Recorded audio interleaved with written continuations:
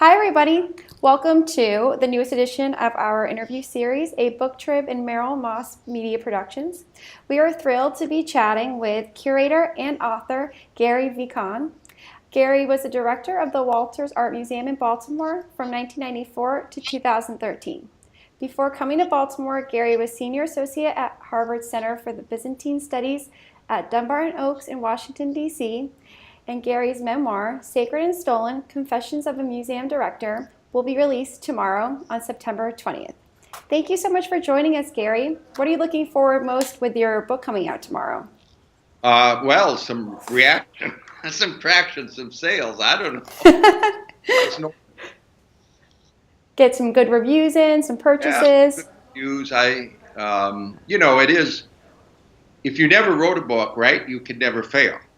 True. Until the book appears, you can't fail.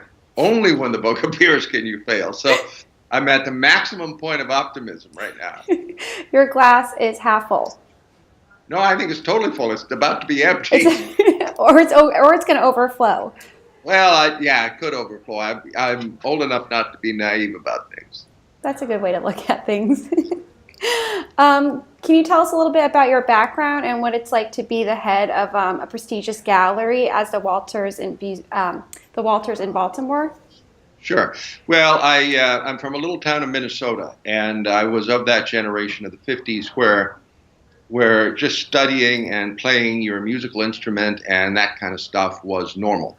And everybody studied like little fiends, and I studied like a little fiend, and I was pretty good at it. And I went to college and studied even more like a little fiend and got all A's. And then I went to graduate school and got more A's.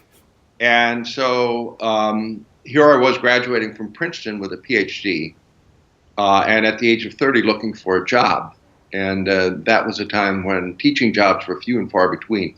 So through a series of kind of accidents, I ended up at a research center, Dunbar and Oaks in Washington, that's run by Harvard, for 10 years, and totally by accident, I ended up at the Walters Art Museum eventually as a curator. So I wandered into the museum business, not because I was born to be a museum director or even knew what it was when I was a kid. I did not. There weren't museums where I lived. But through a series of accidents, having said that, I think it was a good fit. I like to bridge the gap between what I know as an academic and what people care about as normal human beings. Wow, that's amazing. It's a great insight into your life and everything that you've done. I guess we'll move on to the next question. How did you come to write this book? Well, I have always been a storyteller, and I think maybe I'm Scandinavian, I'm Norwegian and Swedish. And I think Norse sagas, the idea that you perpetuate history, sort of like Odysseus and Homer, that stories have their own merit and they're not written down. So here I was as a museum director for almost 20 years, and as I took people through the museum and would stand in front of a work of art, I would not be inclined to tell them the story of art history of the 12th century or the 19th century. I just didn't find that very interesting. They can learn that in books or in a class. I wanted to tell them the story behind the object, where it came from, how it ended up, and how a French stained glass window from the 5th arrondissement, from the left bank, how did that end up in Baltimore? I guess everybody just accepts it as natural that all this stuff from Europe gravitated to the United States. It's not natural. Each one of it has a weird story. They're all a bunch of orphans that have wandered strange and mysterious paths. And so I like to tell those stories, and as it turned out, I was a player in a number of the stories. So if I found the intersection of the two, namely an object that had a good story to tell, and I actually had something to do with that story, that really motivated me. So once I retired, I started to write, and I just kept going. And so I found that this chapter of my life after the museum world is one where I'm trying to learn how to be a writer, or at least get better at it. And I think it's fair to say now, when I see the word writer coupled with my name, I don't think that's an odd-looking or a kind of a fib. I think it has some traction in reality. And I think I'm getting better. I think I have a talent for it. I like to tell stories both verbally and with writing of any sort, any and all sorts. And I have an almost photographic memory. So that's impressive. it helps a lot because I can remember things that happened when I was 5 years old. And so once I tap into that, often a picture, a real picture of an event happening in my life, I can start the storytelling. And I go to the internet to check dates, and I go to the internet to check locations and spellings and names. And I would say 9 times out of 10, what I remember is accurate and can be verified. So I have the feeling that I'm not making this stuff up. It sounds like that's how you got all your A's in school. Well, I think it's probably true. That's why I gravitated to art history. I mean, I love music, but I couldn't remember melodies. I'm a very slow reader, very good at math, but I was quite good at looking at pictures. I mean, that's what art history is. You sit in a dark room, you look at a bunch of pictures, they turn on the lights, and they say, "What did you just see?" I remember taking those classes. That's so hard. If you remember what you see, and I do, then you've got a head start in that trade, and that's how I got in the trade. Well, I love the whole point that you mentioned. Where do these art pieces come from? They don't just show up at the doors of the Met or the Walters in Baltimore. They have a whole story of where they came from and how they got there. And I think I think they just forget to kind of wonder that. And it's nice for you to bring them to that point and show them the road. Story in the book where I bring an art lawyer, and we've just successfully prosecuted a case, or we're in the process of prosecuting a case for the return of mosaics to Cyprus. And we had some spare time. It was a Friday afternoon in New York, and I wanted to go for a beer, but he was all teed up, so he wanted to walk down Madison Avenue. So I said, well, let's stop in at Torkham's shop. It's at 79th and Madison, one of the really great antiquities dealers of the last 40 years. And we walked into the shop, and I knew the person behind the desk, and I said, can we go downstairs? And we went downstairs. We sat in the dark looking at some Greek pots. And I said, I told him the story of when I was a kid, and my father took me to the stockyards in Omaha, Nebraska, to show me, where all the cows are slaughtered, to show me where T-bone steaks came from. I think if you're going to eat a T-bone, you ought to know where the hell it comes from, right? It's only fair to the decedent cow. So I'm sitting there looking at this pot, and I say to this very smart lawyer guy, see what's on the base of that pot. And I knew, by the way, the pot had come from South Italy. I knew it was a recent, out of the ground, fresh pot, right? And I says, look, see that? He says, yeah, that's dirt. And I says, well, where do you think that dirt came from? And he had no idea what the storyline was about, but I was trying to tell him that you don't dig up Greek pots on Madison Avenue. That is not New York dirt. That's Italian dirt. It's like cows don't die of old age, right? Fortunately not. It's kind of a lesson in the grown-up reality of what has made America's great museums. That is a fact. I love that story. And the guy is a good friend. He's a brilliant man, a very nice man, and it took him a long time to figure out what I was after with that little storyline. But finally he got it. Oh, yeah. And he thanked you. I don't remember if he thanked me. What would you like your readers to take away from reading your book? Well, first of all, I hope they're both entertained and enlightened. In other words, I could have written these as a series of facts, almost numbers. You can do that by going to the annual report of a major museum and just reading the acquisition lines and using a little imagination. You can figure out what happened. But I wanted to make a story out of it that would be kind of emotionally engaging. And in the process, to invite people to draw some conclusions without, I hope, being too teachy. In other words, I want them to figure out, and they can figure out different things. For example, I have an exhibition that totally failed and cost a lot of money in its failure that we tried to do from Georgia, from the Georgia that's on the Black Sea. And I was actually working with Edward Shevardnadze, the architect of the dismantling of the Soviet Union. So in the end, the show failed. And I said, somebody could say, well, that idiot Vikan, why did he ever do that? And I suppose I was an idiot to try to do it. But my takeaway personally was that I was very privileged to be part of a very intense conversation in a very interesting country with not only the president of the country, but the patriarch, essentially the pope of the country, because they were going like that. I was kind of, if you can imagine little me between the two things, I was ground to dust. But in the end, I thought, well, that's a real privilege to be part of that conversation, even if it failed. Mm-hmm. So that my takeaway may not be the same as somebody else's. But that's a story. And it's a story that people aren't going to read about or hear about most of the time, because when you fail, you try to keep that quiet, right? Yeah. Well, I couldn't, because it was all over the newspapers. So anyhow, that's one of the stories. Well, and you know what? You can never fail if you don't try, right? Well, that's a lesson. Yeah, I sure tried a lot of different things. Mm-hmm. And one of the chapters is called Ready to Explode. Like boom. It just become the director. And I'd been a curator for 10 years, and I always thought, well, we could do twice as much stuff. So when I got to be director, I decided we're going to do 3 times as much stuff.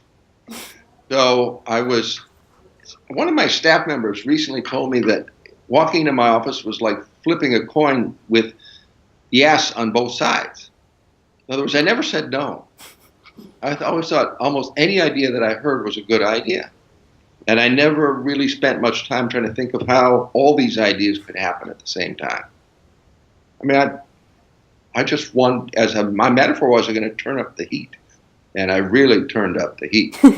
But we had some great adventures and did some of the best. We really competed on an international basis. And I thought for a little bitty place, it's not that small, and the collection is spectacular. Mm-hmm. But when we can create a show that goes to the British Museum or to the Grand Palais in Paris or to Toronto or Los Angeles, that we are essentially playing in the Big Ten, even though we're Towson State. Well, you don't live around here, so that wouldn't mean much to you. It's okay. We tried to play above our weight category. Of course. No, I got it. So can we also take a moment to discuss the $3 billion world market in stolen forged antiquities? Well, yeah, you can. I think that number, even though you have seen it in my press release, and it is in the public domain, that comes out in Time Magazine, or Newsweek, I think was quoted out of Newsweek. I think we tend to exaggerate part of that story. The amount of looted antiquities crossing borders right now, especially coming our direction, is quite small. And I think the takeaway from my book is that the Wild West days, when I was, 35 years old, and all kinds of crazy things. 10 years ago. Yeah, 10 years ago. I'm talking about 1985. Yeah, 85 in that neck of the woods. Was a very different world, and we had a much higher tolerance in those days for not asking tough questions. Mm-hmm. And more recently, I've come to the conclusion it's sort of like the tobacco culture. When I was a kid, people were smoking in bars and smoking in restaurants and smoking in their offices.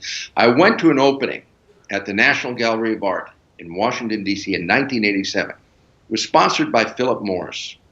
At the opening, in the East Wing of the National Gallery, people walked around. They were women, if I'm not mistaken, scantily clad women, walking around with 3 packs of Marlboro cigarettes. In an art museum? Oh, yeah. And since all the execs of Philip Morris were in the room, they were puffing away. So everybody starts puffing. Does that affect the art pieces? Well, I mean, that Calder on the wall, that big textile. Calder. Oh, it's a Miro, I think. Yeah, I think if you got really close to it, you probably still smell tobacco smoke on it. But, and the air was blue. The air was blue in this space. Now, it's hard for you to imagine that. It's hard for me to remember that, but it's true. Mm-hmm. So what I'm telling you is that my book is really, much of the core center of gravity of the book is about the Wild West days. And right now, we've passed out of that. And I think that's good. That the tolerance, I think, that American museums and collectors have for fresh loot, the stuff with the dirt still on the bottom, is much more now than it was in the 80s. That doesn't mean we're in the right place. And I end with a challenge of the discovery of new ways of dealing with the world when loot is off the table. But I lived in the world of loot. And because I'm a Byzantinist, which means a person who studies medieval Greek culture, and because the invasion of Cyprus took place almost exactly when I got my PhD and my appointment to Dumbarton Oaks, lo and behold, when I entered the museum world, I collided with the flood of looted antiquities coming out of northern Cyprus. I mean, it was amazing how much material was coming out. And everybody was buying it. And on some level, everybody knew that, this stuff wasn't dug up in Manhattan. Mm-hmm. But we did it. That was what happened in those days. And I like to think I was on the right side of the cowboys. The guy who wears the white outfit, like the Lone Ranger. But I was still in the Wild West, and I ended up in a witness box, witness for the plaintiff, in what was then a trial, a civil trial, covered on the front page of the New York Times for 8 days straight. Wow. For the return of mosaics to northern Cyprus. And I was the expert witness for Cyprus in getting them back. So I played in this world, but I like to think that I added value at the end of the day. Mm-hmm. Things came out a little bit better for my participation. Wow. Not many people can have a story like that. Oh, it's a good story. It's an amazing story. And an experience. Oh, yeah. I mean, it's a tale of a purchase of stolen mosaics by somebody from Indianapolis in Amsterdam, consummated over 8 days. In other words, from the first day she saw a photograph to the time she delivered cash in Geneva in 2 canvas bags of wrapped $100 bills. It took 8 days. Shipped them back to Indianapolis. And 3 months later, they were offered for $20 million to the Getty. So, I mean, that was the Wild West. The Getty blew the whistle, called up Cyprus. Eventually, Cyprus sued for the return of the mosaics, and I was expert witness for the plaintiff in that case. Hearing about all this stolen artwork, it kind of makes me think of a book that I just read, and I'm curious if you had a chance to read it, The Goldfinch by Donna Tartt. Oh, my wife has put that in my hand like 3 days ago. So no, to be honest with you, what I've been reading for the last, I would say, 8 months is Sacred and Stolen over and over again. Most of the typographical mistakes and misspelling of people's names and a few odd things like that. So I'm now going back to the world of other people's writing on topics like that. You should definitely read it. I think it's one of my favorite books that I have ever read. Oh, good. Well, that's what my wife says too, so I'll take your word for it. Great. Have a couple more questions. How was the embargo on artifacts from Syria and Iraq? Was it an enormous boom to ISIS? Well, the fact of the matter is, and everybody now recognizes it, no matter which side of the question you're on, that ISIS has made in real dollars something in the low millions over the last 18 to 24 months. And the hyperbole of the trade that got them involved in $5 or $7 billion is not true. It simply is not true. The significance of embargoing any art coming out of war environments is the following. If you can imagine not artwork, but refugees, people refugees, right? Okay. And imagine that a group of refugees, and you can almost imagine the Second World War and Hitler, because there are real stories that are quite well known of Jewish refugees on ships coming this direction and being turned away. So if you embargo works of art, you're not being clear that looting has gone on in these places for 100 years, that especially now, with people so poor and so stressed and so drained, and I'm talking about farmers, I'm talking about shop owners, out digging holes in archaeological sites in the dark of the night, and ISIS may be just over the hill. And if they find something, and we can take it out to safe harbor and keep it safe until Syria can receive it back again, we've done something very good. And this is what we did in the 80s, actually. I was part of a safe harbor operation for the entire interior of a 13th century North Cypriot Byzantine church, the entire inside of a church.